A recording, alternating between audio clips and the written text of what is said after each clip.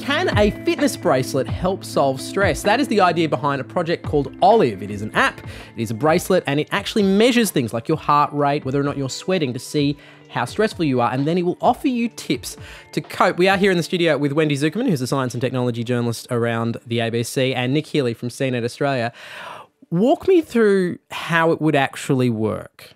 It's about mental health. I think this is fantastic. It's really the wearable market taking a bit of an adult step forward. I don't think I've actually been quite as excited about something as Olive in a long time. So just, I guess, paint me a picture here in terms of how you would use it in your life if you had it right now. So if I had it right now, obviously it's slowly learning what situations and what areas make me stressful, and then providing me with reminders to just calm down, take a breath, take myself out of that anxiety-inducing situation, even if that means just mentally taking myself out for a while.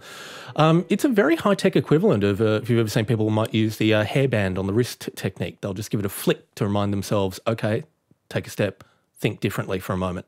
Partly why that works is it's a cognitive process. It's a little visual thing to remind you that, you know, to have a bit of situational awareness about yourself.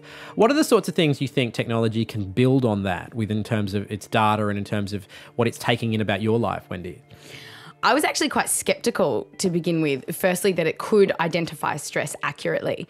But I was looking at the technology, and so they're using things like skin conductance, which is, I guess, how wet your skin is in a way. And when you get stressed, you start sweating is the logic, yeah. Yeah, and a study that was not aligned to this team, but a study from a couple of years ago from a Swiss group found that just using skin conductance could actually quite accurately measure stress. I think it was to about 83%. And so this company is using skin conductance as well as other measures. So I think once you kind of have a trust level on that it is accurately measuring your stress levels, then we can move on from that.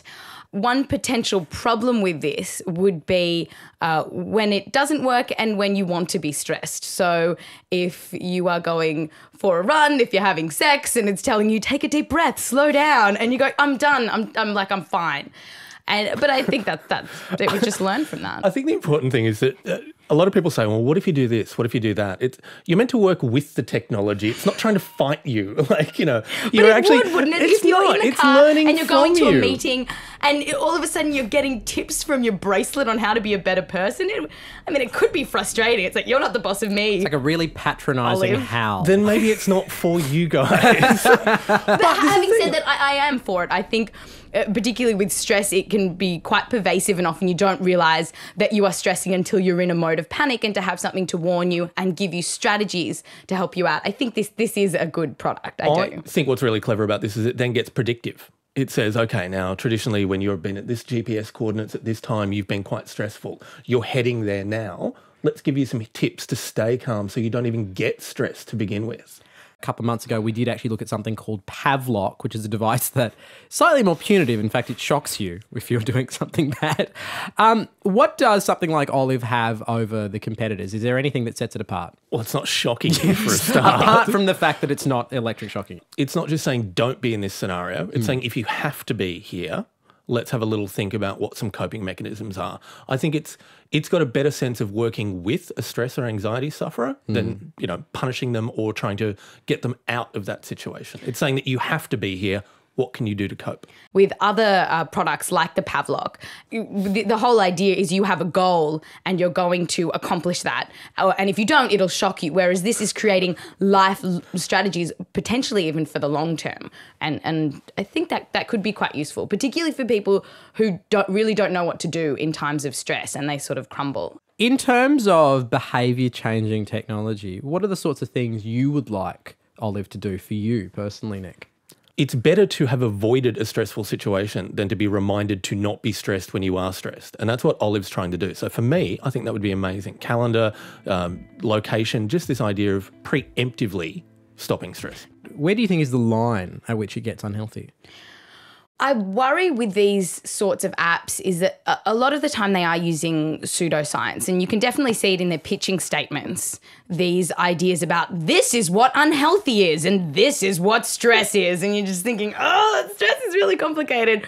And the strategies that they have, deep breaths. Yes, there are some studies to show that when you take a deep breath, when you slow down and you meditate, it can have benefits for your well-being. But we don't really know how long-term these benefits are, whether different people respond in different ways. And I think if people are trusting snazzy videos with really nice backing tracks over, say, their own intuition about their own health or mental health experts, then we're going to get into a problem.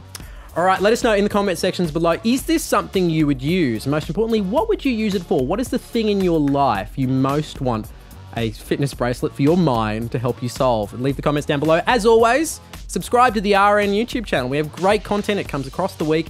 And if I don't say this, a man named Roy Huberman will beat me. Very big thank you to our panel this week, Wendy Zuckerman and Nick Healy. Thank you for coming back.